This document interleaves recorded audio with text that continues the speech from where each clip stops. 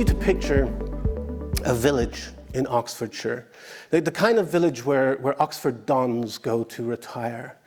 And in amongst the little cottages there's an old church.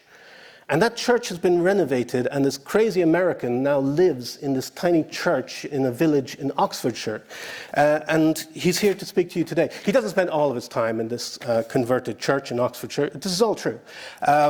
He divides his time between here and the US, does a fair bit of traveling. And he is currently Chief Design Officer at United Health Group, but he's worked at a whole bunch of other places. I'm not going to give spoilers, so I'm going to let him tell you all about that. Can you please put your hands together and give a big welcome to Dan Makowski.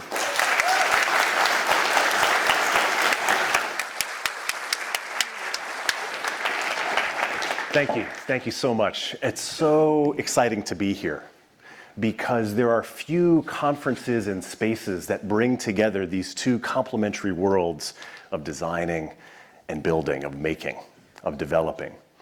And what really drives me as a designer is creating those moments of delight that help people in whatever you're helping to improve. And I did it in my 20s back in the day. I don't know if you all remember what this is. This is something called Hotmail. Anyone here ever have one of those? Yeah? Anyone still have a Hotmail account? Okay. There's a little more shame if you have AOL, right? But I turned this interface into this at the time using Ajax and a much more responsive way of designing. And then as I was approaching my 30s at Microsoft, I got a little bit into hardware. So does anyone knows what this is? This is the Surface. Before Microsoft Surface kind of went on a diet and became a nice little svelte tablet, it was a big ass table.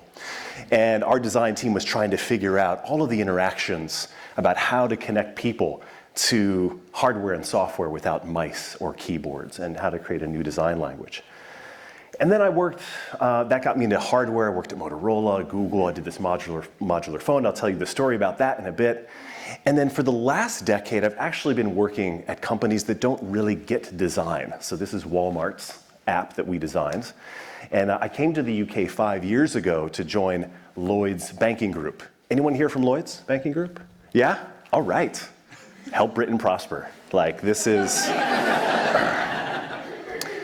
And we're going to talk a little bit about the importance, both for design and developers, to get out of their comfort zone.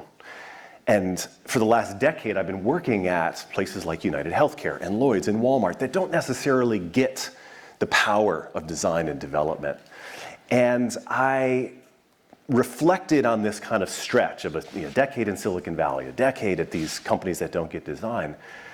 And the theme and the thread that connects them all is what I'd like to describe as compassion.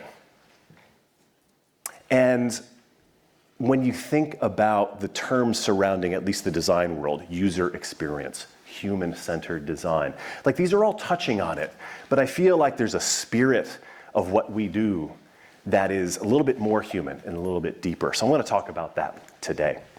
So first of all, how many of you have seen this Venn diagram? Business, human, technical factors of innovation, is this? Yeah, okay. So in many ways, this is at least, particularly the design part of this conference, is trying to look at human factors of desirability. A lot of companies, of course, have the business factors of viability. That's the focus of quarterly returns and profits and conversations of the board. Technology, of course, is a huge advantage to help companies in their mission. But really, the conversation about human factors is often too quiet. And as I've played a chief design officer role working with boards and C-suite folks, there really isn't a lot of conversation about the people that we serve, that we sometimes call users or customers or other kind of language. And what we have in this community, and it's not just designers that can be human-centered, developers can too, of course, is so critical. It's like the right brain to an organization, to whatever team or company you work for. Intuition, creativity, the empathy is so lacking in today's conversation. So how many of you were at Addie's workshop today? Make it pop? So all of you have already had a little warm up here. And I thought just to, I hate it when speakers just kind of pontificate. Like, let's actually try some of this stuff out. So what I want you all to do now is we're going to do a quick little drawing activity. So take out your phone. Those with Android, the UI on the left, I want you to open your Notes app. So if you're on the Android phone, you just tap on this little paintbrush icon, and you should get to a blank screen where you can start to draw with your finger. For iPhone users, open up your Notes, and then you'll see the markup marker. Y'all got that? If you have pen and paper, you can open up your notebook too and get out a pencil. And I just wanted to start out with just a very simple creative activity to get us going. Okay, everybody ready? You got your bits out? So here's what I'm going to have you do. First of all, I want you to just introduce yourself to someone next to you. So make a little pairing. Give them a fist bump. Tell them your name.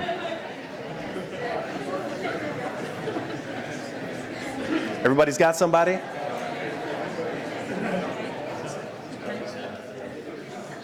Okay, so here's what I'm going to ask you to do. I'm going to give you 1 minute, 60 seconds, it'll be over. Don't worry. And what I want you to do in the next minute is I want you to draw them. On your mark, get set, go!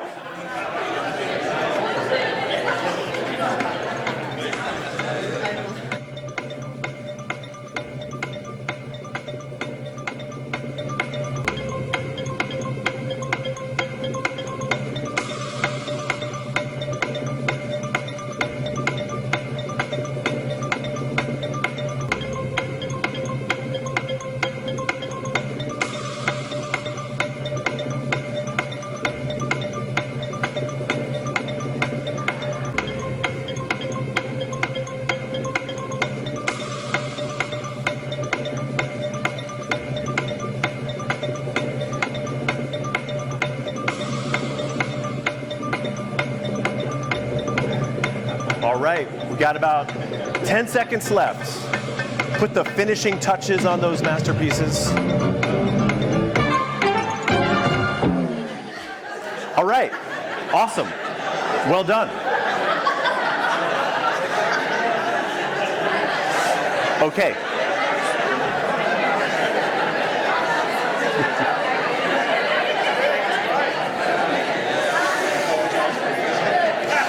All right, what I'd like you to do is hold up your drawing. Show your drawing to me. I want to take a photo of this moment. Hold up your drawing so I can see it. I'm going to do a panoramic photo right now. We're going to start over here and go across. You guys ready? Count to three. 1, 2, 3. Here we start. Awesome. That was incredible. It feels like a concert or something. Okay. So that was amazing. What you actually just did was a creativity experiment done by a Stanford engineering professor, Bob McKim. He's here on the left. And Bob McKim, Stanford and engineering back in the day is a little traditional, very elite, kind of linear, left-brained, work breakdown structures way of solving hard technical problems. But Bob saw some students who were a little crazier, a little more designery, and they would end up solving very hard engineering problems in kind of unexpected ways. And so he got fascinated by creativity. He said, there's something there, let me study it. And he was one of the world's first proper creativity researchers. And one of the ways that he studied it was by asking people to draw their neighbor. And every time he did this with adults, this is exactly what would happen.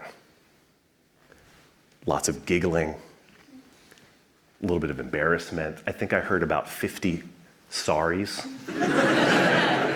as I was walking through the audience. I think as I walked through, it hadn't even started, and someone was like, I apologize in advance. I'm gonna suck, right? Now, when Bob McKim did this activity with kids, particularly kids that were, under middle school, so in elementary school, they have a very different response. How do you think kids respond to this? Like, what's their reaction when they ask to draw their neighbor? Yeah, they're not actually particularly excited or particularly afraid. They're like, yeah, great. How many of you all have kids? What happens when you put crayons and paper next to any child? Do they even need paper sometimes? A white wall will suffice, right? So Bob McKim did this activity to prove that human beings are innately creative. We're innately expressive. And then something happens as we grow older where we begin to fear the judgment of our peers. We start to worry about what people think about us. We start to clam up a little bit. And this one activity, kind of to me, is so important because it reminds us that for us to be successful in the worlds of design and development, we need to harness our inner creative confidence. There's a book called Creative Confidence written by the Kelly brothers, who were mentored by Bob McKim at Stanford, actually. They're two of the brothers that founded IDEO, one of the world's most respected innovation and design firms. And so I highly recommend this book. Addie's workshop earlier today was another way to get into creative confidence. And if y'all don't have time to read the book because you got a lot going on, that's fine. Here's what you do. Consciously get out of your comfort zone, get into a place where you don't normally belong, and wrestle emotionally with the feeling of being in that space to start developing confidence to get over the fear of the judgment of your peers. For me, that place that I don't belong is in Pineapple Studios in London, doing hip hop dance with a bunch of 20-somethings. It was so scary to be in this class my first time.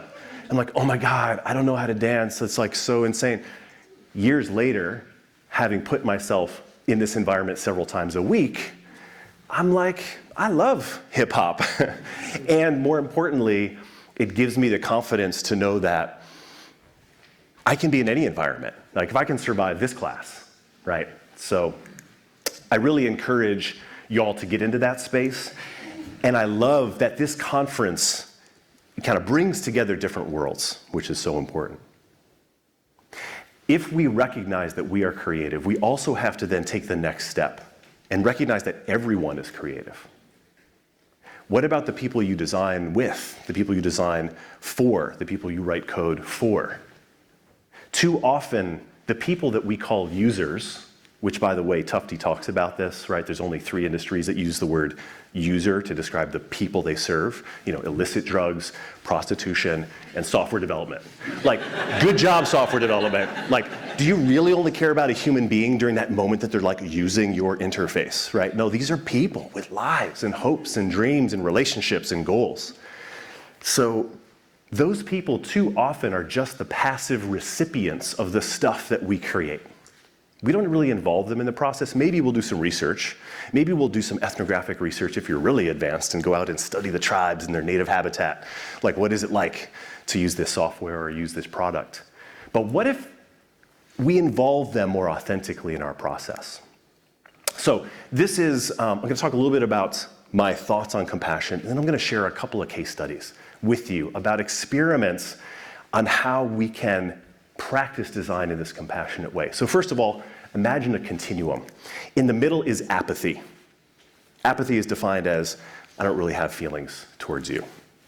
Not positive, not negative. It's kind of a negative thing, actually, but I put it in the middle because on this side, there's antipathy, which is defined as intense dislike for someone.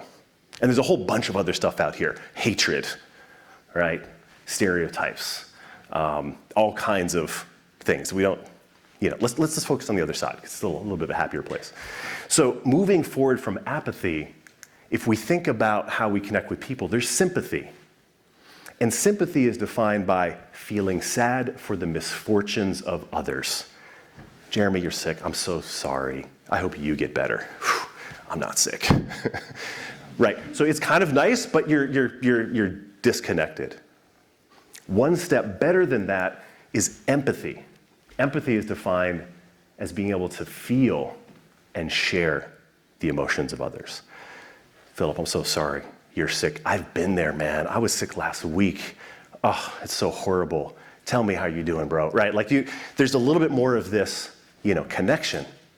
But then one step further is what we call compassion, which is defined as all of that good stuff before, but having an additional component of an urgent desire to help make your life better.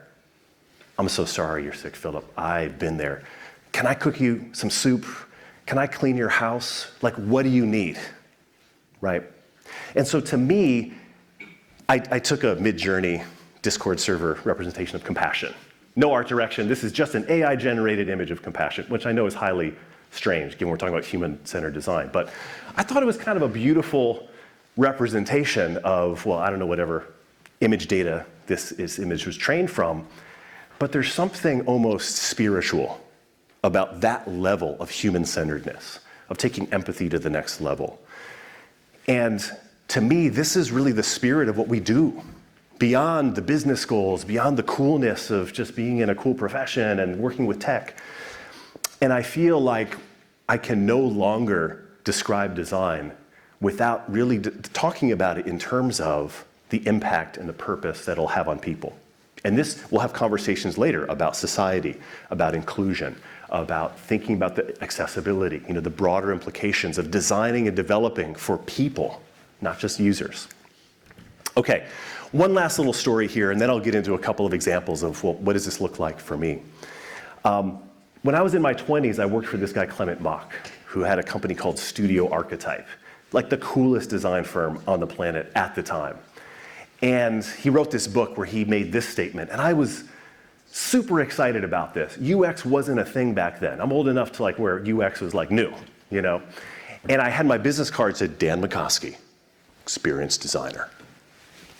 I just felt awesome, right? And then I got introduced to the work of Dr. Liz Sanders, who's here on the right. Anyone in the room here design researchers or anthropologists or sociologists or psychologists? A couple of folks. Yeah, you all are amazing people that I didn't know anything about when I was a young designer. And she wrote this paper where she said this. And I was pissed, because I had this cool business card that said I'm an experienced effing designer. What? And so it got me curious, and I read this paper. And so here's what she says an experience is. An experience is a moment in time felt by an individual at the intersection of our memories from the past and our dreams and hopes for the future. It's an internal event that only the person experiencing it can really relate to, and everyone on the outside is just, an observer. Sometimes we can't even process our own experiences. I don't know if you all use Facebook anymore, but I still use it from time to time, and it has this feature where it's 5 years ago, you did this thing, and it's and I have such a different view of that experience years later that, how can we have so much ego that we can imagine we can design your experience? We can't design your experience. You have your own experience. So what Liz says is you can design for experience. And that one simple 3-letter word for changed my view as a young, egotistical, 20-something-year-old designer, and kind of launched me in a career that has been about how do we break down these barriers between the cool design team that has all these skills and people that are just passive recipients of them. And the last thing that Liz said was, if you want to understand people, there's only 3 ways: what they say, what they do, and what they make. What they say is 90% of market and design research. It's interviews and surveys and one-on-ones and all of that. What they do is a little bit more reliable because you can do ethnographic research and see them, how they behave. You can watch usability tests. And then the third way that a lot of teams don't ever use is actually what people make, what they create. Remember, we are all creative, right? This is an example of a make toolkit that Liz would use. This is actually with Microsoft. They're trying to create a game controller for home gaming. And so they've created ambiguous stimuli, so Velcro shapes with all of these buttons, in the native habitat of the user, right? So in the house, this father and this son, they're basically starting to create props and tell stories about how they would want to have better gaming experiences. And those stories led to amazing insights that you would never get from just talking to people or just watching how people live today. And so I'm going to share with you just a couple of stories in the last bit here before we get to questions about my experience of the power of doing this and why I think this is really what compassion is about, right? Compassion isn't just feeling someone else's pain and wanting to help them in the way that I dictate. It's how do you help someone in the way that they need, and how can they participate in that process. The last bit before the case studies here is this is Liz's framework for why this is important. The stuff on the right is human knowledge. The stuff at the top is the easy stuff to get to, explicit, observable knowledge. The stuff below is the good stuff, tacit or latent knowledge. This is often the stuff that people have a hard time articulating. If you want to get to that stuff, because that's what people know, feel, and dream, you've got to use different techniques to get there. You can't use interviews and observations. You have to get into generative sessions where they create. So this is I don't know, for those of you that are more academically minded, this slide just makes me feel like my talk's a little bit more polished, because really what I'm doing is experimental, and there hasn't been a lot of folks that have really done a lot of this. So let me first tell you about this phone, the Moto X. Anyone ever own this phone back in the day? Yeah, one person. Awesome. Can I put you on the spot for a second? Yeah, sure. What did you love most about this phone? If I remember correctly, like the flipping. Yeah? Okay. Maybe you didn't own a Moto X. That was the kind of razor back in the day. Anyone else own this phone? Okay. It clearly wasn't the most popular phone, so this case study is going to suck. But this was a phone that came out right when Google and Motorola started a partnership. And at the time, a lot of Android OEMs, they were building phones with their custom versions of Android. You know, at the time, Motorola had 40 unique apps for Android, like their own browser, their own mail client, their own photo gallery, like all of that. And this was a phone we said, we're just going to use pure Android. We're just going to make it simple and straightforward. And we wanted a phone that really people engaged with. So this was a phone that people would be able to design themselves. And as we were doing design research, the question was, what are one or two features that we can do with this phone that's pure Android that really differentiate it from iPhones and what else is out there? So our team created a co-creation toolkit. All of these little squares here on this chair are foam core boards wrapped in like a whiteboard material. And these are props that we would take into people's homes. This is Janet in San Francisco.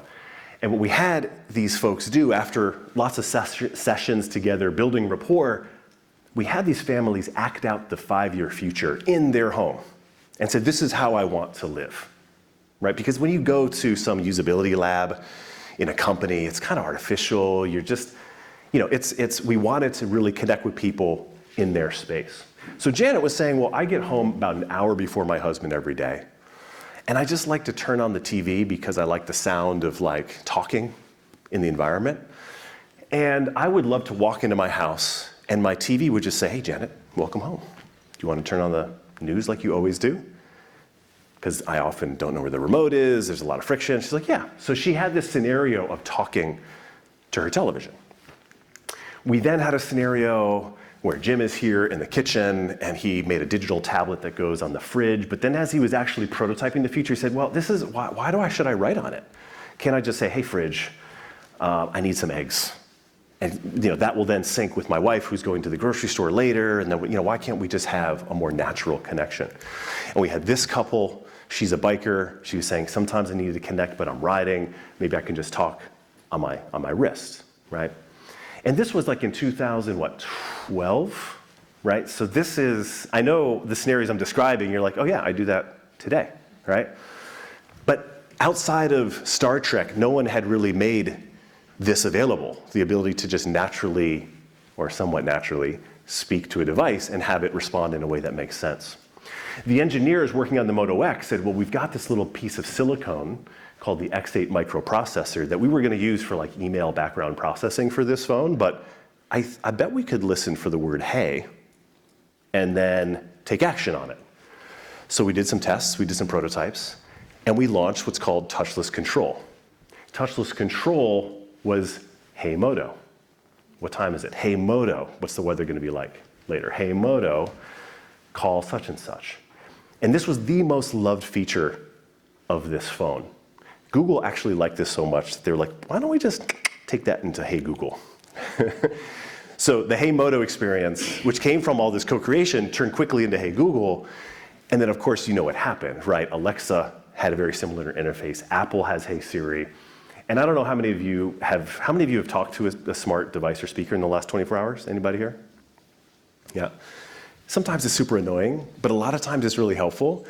And I think a lot of people in Silicon Valley feel like these stories come from genius engineers and designers with black turtlenecks and white glasses in cool design labs. But the reality is, and the Henry Ford quote, I didn't ask people, what they want, because they would just want faster horses. They would never think of cars.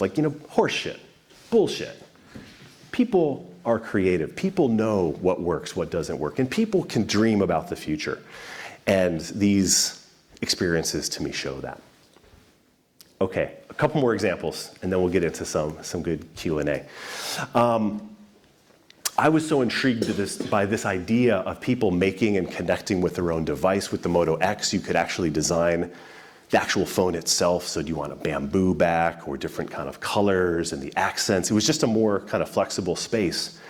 But still, when I was looking at hardware, it's so much more limited than software. So all of you have apps on your phones that are completely tailored to your needs, to your accounts, to your habits, to your interests, to your fitness, to your all of that. But in hardware, there's not a lot of customization outside of cases and add-ons. So the question that I asked was, well, what if Lego and a smartphone had a baby? Is that possible? Could we do that? And we did our very first test with a Droid Razr, where we slapped this Arduino microcontroller onto the back, and we kind of tested with a class at Berkeley what they would make if they were able to kind of access this more hackable, makeable phone. We then created a hardware development kit, which is a lot easier than an SDK. An SDK you can download in 30 seconds in your pajamas at 2 a.m. A hardware development kit is made out of atoms, and so you have to kind of bring it with you. So this is a Mercedes Sprinter van covered in 4,000 linear feet of Velcro, because Velcro is awesome. And you can stick stuff to it and change it anytime, so it's the right metaphor for hackable phones. Laser cutters, 3D printers, 200 kind of these hackable phones. And we basically drove across the country for 6 months when I was at Google, and we were learning about and hosting these 2-day make-a-thons. That's our little Velcro suit, which came in handy. By the way, when we drove at night, we forgot that bugs also stick to Velcro. So power washing sessions in the morning and no longer driving at night were key. So we host these sessions, and the first thing we did is get people into that creative confidence space. What do you want the future to be like? How can you create something new? Teams would form. Prototyping would begin. And within 2 days, we would see pretty amazing things emerge. So one of our first teams at Caltech took a work glove off the back of the truck and had capacitive pads and flex sensors, and they were translating American Sign Language into text messages within the first day, right? I mean, not great, not perfect, but a very different idea than what our Google and Motorola teams had been thinking of. We had a team at Texas A&M. There was a biologist who had heard that there's a shortage of 100 million eye doctors in the emerging world. And he's like, well, what if I could take a phone and turn it into a mobile eye doctor? It could do eye tests. It could, look at corneal defects. It could, and they had this, working with some key features very quickly. When we were at MIT, we had this biker from Harvard who got rear-ended by another biker because he didn't see him braking at night. And he's like, well, I want my helmet to be in touch with the accelerometer on my phone so I can have, brake lights. These guys raised almost $1 million on Kickstarter for their first helmet, and they're now in the third or fourth generation of this kind of connected helmet. And so it was we were blown away, team after team, by seeing projects that just wouldn't be possible without flexible hardware. So we decided to create Project Aura, which is this modular phone that is the love child between Lego and a smartphone. The other thing about this, of course, is that every year 1.3 billion electronic devices are put into what's called permanent disuse, which basically means they're discarded. Even though 90% of that device is perfectly good, maybe one piece isn't working, this would allow for a much more sustainable, upgradable, reusable, like just swap out your application processor, put in a new camera, your screen's broken, like this would make that easy. This, however, is a little bit too ambitious for the world of software and hardware development in the world of smartphones. Everything is going on to system on chip, integration, seamlessness. And so when my boss, Dr. Regina Dugan, who used to run DARPA, we were the ones that worked on this, when she left Google to go to Facebook, this project lost its executive sponsor. And there's a closet somewhere at Google. Anyone here work at Google? Anybody? Okay, I want to get like a key to that closet in Mountain View in building like 110 of actually fully functioning phones. And while we didn't ship Project Ara, we did ship the Moto Z, which actually was a pretty awesome phone. They had 4 generations of the Moto Z where instead of 8 modules, you could slap on a projector or a camera or a speaker or a game controller or any number of modules so that your phone can be something that's more malleable with your life. So anyway, so that's kind of a bit more of an example of trying to practice compassion by design. Okay, switching to software, and we're getting into the final stretch here of last 2 examples. When I went to work at Walmart, I remember there was a lot of feedback from my network. Like, what the hell are you doing? Like, are you, like, Walmart design is an oxymoron, right? Like, why would you go there, right? And the image of Walmart as this kind of soulless, like, place. It was really interesting to go there because I found, has anyone here ever been to Bentonville, Arkansas, the headquarters of Walmart? It's like another universe. For me that's grew up on the coasts, it was in the Bay at the time, going to Bentonville, Arkansas and learning about like middle America and like, it was a different world. And so when I joined, this is what our website looked like. And I was a little confused. I was like, wait, hello tech? I was like, oh, you're selling your most valuable real estate for an ad. And I was like, well, how much do we make on that ad? It actually wasn't that much. But from a design perspective, the immediate first glance is not even Walmart. And then there's something like 18 navigation points in the first 90 pixels, including wedding and registry lists and weekly ads. And like I learned that the original design 6 years before, they called this the eyebrow navigation. And initially, it was just 3 links in the right, like helpful stuff, like Store Finder and my account and whatever.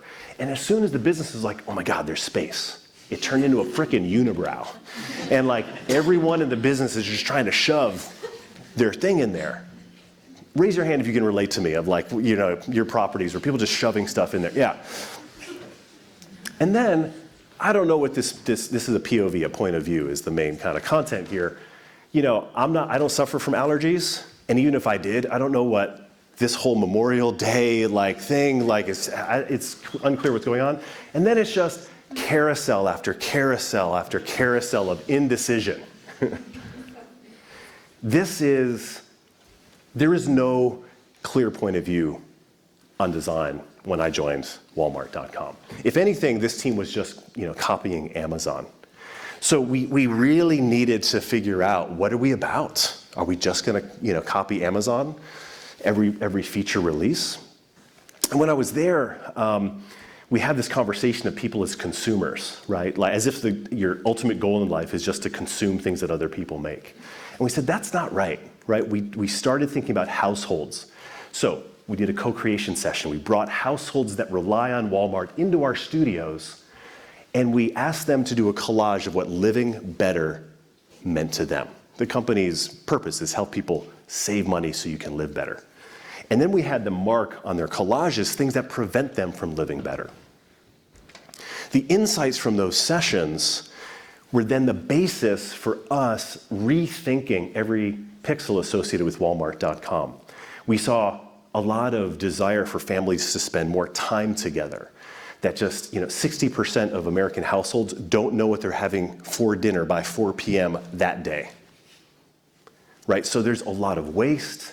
There's a lot of time-starved disconnected things happening. And then when you get to that website of indecision, it only exacerbates this overall feeling of disconnection. Meanwhile, in my onboarding, I read this book about Sam Walton, the founder of Walmart. And there's this moment where he was creating his first discount store. And he turns to his poor store assistant, Bob Bogle, and he's thinking about the name of his first discount store. And he's like, Bob, I want this to be Walton Supermart Discount City. And Bob is just thinking about this actual place where he's got to put the sign. He's thinking about the amount of space they have. He's like, you should let her cost $7. And so he took the notepad that Sam Walton had written this down. And he said, I can do this whole sign for $49 and we just call it Walmart. And Sam was like, great. Now you can still see they got the Discount City. They like slapped it on at the side because he was like, I need my Discount City. But these beautiful sans serif Scrabble letters and the thinking behind just minimalism and reduction and getting rid of what's not necessary, this became the spirit of our redesign. That with the stories of these families. And so we commissioned a new typeface. We called it Bogle, after Bob Bogle, our first unintentional typographer at Walmart. This was readable for mobile first, but extendable to desktop and then to our advertising campaigns and print. And we redesigned from a mobile first perspective. And you can see this is very different. We even removed the Walmart word from the header. Because we're like, once you're in the store, you don't need like Walmart signs everywhere. Like you know you're on the app. Like just use the Spark, just use our logo as the way to navigate. And we, if you have a desktop view of this, we reduced complexity by over 60% on all the main pages, homepage, category pages, item pages, search results pages. And then what remains, over half of it we personalized. So if we knew who you were, we would be able to then say, well, you were just shopping here in women's clothing, here is your nearest store, here's this order that's out for you. And then we could curate an experience that was more related to you. Reordering was huge. So much of grocery shopping is just, we know using AI and data science what people will want to get, so let's make that super easy. And then let's actually create content and connections and possibilities that just make it easier for you. When we launched this design, we were so happy that even Cheerios started looking sexy. Do y'all have Cheerios here? Yeah, okay, well. So many products on Walmart.com were so cluttered. And even today, Amazon, I have to say, is so hard to just find a product description on Amazon. There's so much clutter. It's so hard to just make simple decisions. In fact, when we showed this new design to some partners like Apple, they were shocked. They were like, wait, what? This is Walmart? Nike and Apple, they didn't want to sell their stuff in Walmart.com because it wasn't a good enough environment for them to tell their story. Right? Forget about Western minimalism, just it was too cluttered and too clunky. The business results from this redesign, which took us 8 months, by the way, there's really only 12 pages in e-commerce. It's pretty straightforward in its essence. It ended up doubling conversion. It led to the first time in Walmart's history where they were able to exceed the growth rate of Amazon, which led to the biggest stock jump in Walmart's history. By then I had already left for Lloyd's, and I didn't take advantage of all of that. But super, super proud of this project and its ability to really help folks make better decisions. And of course, from a design perspective, it's just the beginning of having services and a connection to households where they can really start living better, right? Step one was just like, let's kind of reset the baseline. The last little story here as I wrap up is kind of a quick one. This is with my current company, United Health Group. United Health Group is the 5th largest company on the planet. It is both health insurance and health care. And I moved to this company because I felt that the lessons in banking, one complicated, regulated, risk-averse industry, would kind of translate to another complicated, risk-averse industry. And I'm just going to tell you this one story because I think to me this is the future of compassionate design and the future of how we design. We focused, first of all, our team on articulating our purpose. And one of the 5 values of the company is compassion, which is awesome. It gives the perfect foundation for the user experience and design team to talk about its purpose and its meaning. And so we articulated our manifesto as we are here to help people get, live, and feel better by design every day. And the language in the world of healthcare is not really around people. The industry calls people patients. If you look up synonyms for the word patient, you'll get sufferer, convalescent, invalid, victim. The word patient describes a human being by their state of ill health. There is no word in the English language that describes a human being by their ability to get, live, and feel better. So we made one up. We call people well-beings. It's like if you're a coach for a sports team and you didn't have the word athlete to describe a human by excellent performance. You could only say, oh, here's all of my injured, right? You define your competitive athletes by their state of ill performance. So we wrote a manifesto, as design teams do. I won't read this out, but it was important for us to talk about that spiritual underpinning of why we design, why we develop, why we create. Why is compassion so important? Because the industry was confusing more features, more stuff with actually impact. And if we start with the question, how can you get better? How can you feel better? What do you need? New solutions emerge. So this final little example here is Level 2. Level 2 was an app and a back-end coaching service that helped the 54 million Americans who suffer from type 2 diabetes have a different path than the traditional pharmaceutical path. So type 2 diabetes is actually susceptible to remission or even cure through how you eat, how you move, how you sleep, and how you manage your life. And so we created this app that had this kind of, we had continuous glucose monitoring that would kind of influence the data analytics of the app. We took the sensors from your phone with your permission about how you're moving and sleeping, and we would coach you around how to actually get off your meds, how to manage your blood sugar. And in the trial, we had over 400 prescriptions dropped after the first trial period, and then we immediately rolled it out to 250,000 Americans can access this.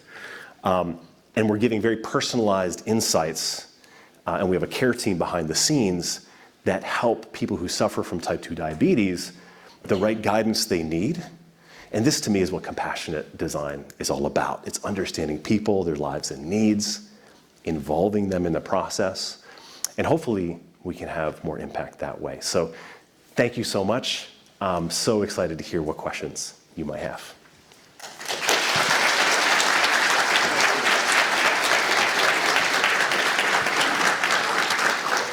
All right. Thank you, Dan. I hope everyone's got some questions. I've got plenty of questions of my own if nobody has, but I'd rather hear yours.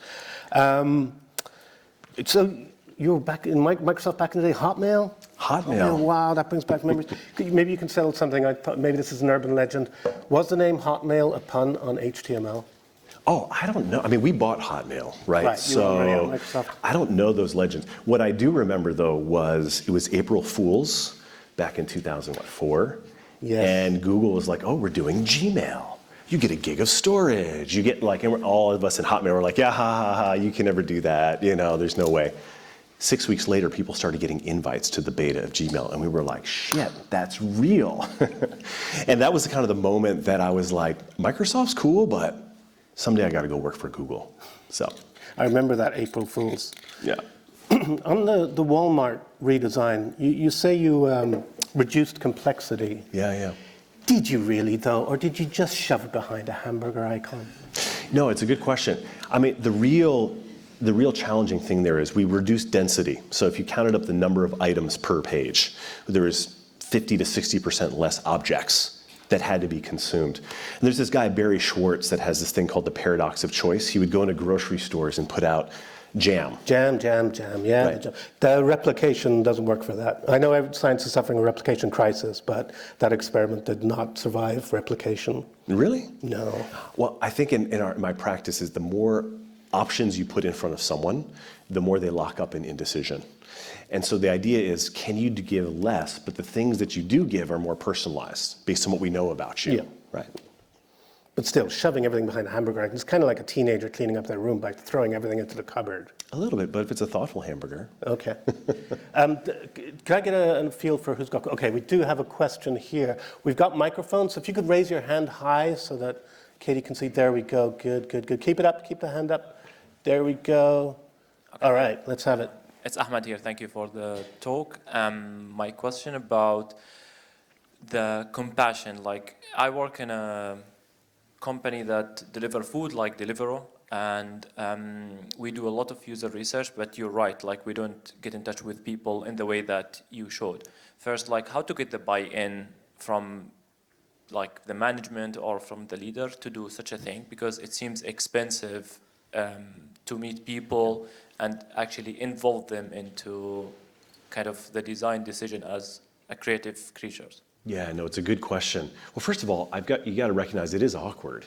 This isn't, what a lot of business leaders learn when they, get their MBAs and all that. The reality is, every study that I've seen that's correlated, well, first of all, just investment in design for a company to business outcomes has proven at least a 2-to-1 return. And I think that while it might seem costly to do an extra study or to hire a design researcher to help with that kind of method, it's more costly for a company to develop and ship features or experiences without knowing, by guessing. Guessing is a very expensive business strategy. And the one thing I'll say is maybe compassion isn't the right language. I mean, I'm using it because it resonates with me, and it's also a little bit provocative to make us think about what we do as more than just cool professional tech stuff, right? But the purpose of business is to serve society. Right? Every business has to have a valuable product or service to the people that it serves. And ultimately, compassion is really just the skill of like, well, who is society? Who are the people we serve? What do they need? So maybe not use compassion, but try to use different language. I got to push back on that. The purpose of business is to make money. And it sounds to me like you're saying you can weaponize compassion to make more money for business. Yeah, I mean, it's really interesting, right? I mean, you can't ignore the fact that the world's largest companies, and I've worked 5 out of those 10 Fortune 10 companies, that their purpose is shareholder value, right? It's written into how they work. But it's interesting because ultimately companies that only focus on short-term results and just the making money bit, that's called single bottom line thinking, right? Just profits. Companies that ignore the other 2 P's of, people and the planet, right? Get into a situation where, companies that ignore the environment will become irrelevant ultimately, right? They can kind of survive now because we haven't yet gotten to a place of urgency where that's critical. People that don't think about inclusion in all of its forms, they'll survive for a little bit as they have short-term thinking just focused on 1 P, but those that actually think about their purpose and the people they serve, over the long term, I would argue that would come into play. It's also true that like doubling conversion at Walmart, I got really excited about making more money, but I feel like that's where that Venn diagram of human factors, business factors, technical factors come into play. Silicon Valley is way too much indexed on the technical stuff, like, oh my God, drones, AI, self-driving, I've got some feasibility, I got some stuff I can do. What should I throw it at? Right? Business is profitability over everything else. What tech can I grab? What problems can I solve? And design, why shouldn't we step up and say, we need to focus on people's lives. We need to focus on compassion. What tech can we pull in? But you're right, business is all about money. Well, I mean, you talk about the value of design to business, but it seems to me to be more precise. You're talking about the value of research-centered design. And as you say, guessing isn't a strategy. Yeah. Maybe I'd go as far as to say that having compassion in the absence of research is downright dangerous. There are whole papers and books that talk about the dangers of empathy in business. What if you get too attached to the people you serve? What if you can't make objective business decision making? And so I think I've seen at least the design thinking conversation go beyond just the design community. And I've seen that have actually a positive impact in user experience and design broadly, because at least there's an awareness and a conversation about new ways of solving problems, right? Design thinking is about not just traditional linear business thinking, but around creativity, what Ade's workshop was on earlier today. And I think that that's a healthy thing. And in fact, design teams or UX teams or tech teams that get into their own little black box and work their magic, I think are unsuccessful. So I mean, it could be dangerous if there isn't a team or a skill on how to express empathy and compassion. But I don't know about you, but I don't want to be married to, work for, or spend a lot of time in an environment with a team, a person, or an organization that doesn't have a sense of empathy and compassion. Sure, no, having compassion sounds good on paper, but then there's the danger of becoming the white knight. I'm going to ride in, I'm going to rescue people from their problems. That's not... No, that's right. Well, think about Walmart grocery. Walmart's the largest grocer in the world. They sell more organic produce than anyone because of scale. But they also sell more crap than anyone too, and processed foods. And as a design team for the Walmart grocery team, we would have these conversations. Well, I see that this family has a shopping cart that's going to contribute to obesity, diabetes, congestive heart failure, all these health issues. Should we nudge them to maybe learn how to cook more fresh organic foods? And so these ethical questions come up. And I think, of course, you've got to balance, right? I mean, ultimately there's individual liberties, but then there's also responsibility to maybe provide new pathways if they're there. Do we have some more questions from the audience? Yes, we've got to keep your hand up and we'll get a microphone to you. Just with your comment there about ethics, this is maybe slightly reductive, but I'm interested in the kind of juxtaposition between compassionate design and an industry like for-profit healthcare. How did you find trying to instill a culture of compassion with a product that's not necessarily inherently compassionate? Yeah, I mean, it's interesting because the American healthcare system is so broken, and there are so many inefficiencies in that system. And actually, it's interesting because the CEO of United Health Group is actually Sir Andrew Whitty, who's in the UK. He used to be the CEO of GlaxoSmithKline. And so there's been an increasing number of voices who've been in places like the UK, which I think have a much better and advanced system, holistically. But I'll just say that my personal experience with senior executives at the company was one that believed in those values, believed in the values of compassion, of doing the right thing, of integrity, et cetera. And there's more of a movement at United Health Group to what's called value-based care. And value-based care has more aligned incentives. So those are kind of payment structures where the company only gets paid when people actually get better, live better, get off their meds, are less of a burden on the actual healthcare system. And I think that I don't expect the American healthcare system to get fixed anytime soon, but I expect level 2 was not about get more meds, get more pharmaceuticals, have more interventions. It was interact with the system less, right? Manage your health more as an active agent yourself. To me, that's where the future of healthcare is going. But surely there's a lot of waste along the way. And all I can say is the people at the company that I've met and worked with, really well-intentioned to do the right thing. Any other questions? Yes, we've got a hand back there. Yeah, keep the hand up and get the microphone. There we go. Thanks. I was wondering, those kind of projects and cases that you talked about are amazing. Obviously on quite a large scale. How, or is there ways to kind of involve that kind of compassionate design on a kind of smaller scale? So from an agency perspective, who maybe deliver a dozen, 2 dozen projects in a year that are smaller scale, mainly in probably budget and time scale. Is there ways to do similar things that you've done that obviously can't take a 6-month road trip or going into people's houses? Is there ways to bring in compassionate design into those smaller projects? Yeah, well, first of all, I feel like design research in the world of design is a relatively recent thing, right? It's only the 70s that Jane Fulton Surrey at IDEO started bringing anthropology perspectives into what IDEO now calls empathic design, or Liz Sanders, 70s, she was at Fitch. So we're only just, 30, 40, 50 years into even that experiment. And so I would just say that first of all, it's having the mindset.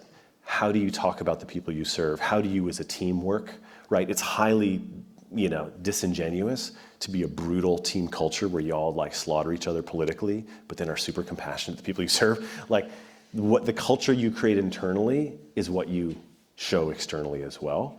And then I think there's already things I'm sure you already do that are kind of in this space, right? You'll do what I guess design researchers would call friends and family research or guerrilla studies, where you'll start making prototypes and things, and you'll like say, hey, what do you think about this to a friend or someone who has that context? Get feedback, learn from that feedback, iterate, right? Even the whole agile process of stories in epics, in sprints, and the learning nature of it. It's actually in some ways, it's their design research loops. So I would just say, don't get too hung up on doing it right. Just get into a practice of connecting more deeply. New methods will emerge. All right, that's all we have time for. Please give it up for Dan Makowski, please. Thank you. Thank you.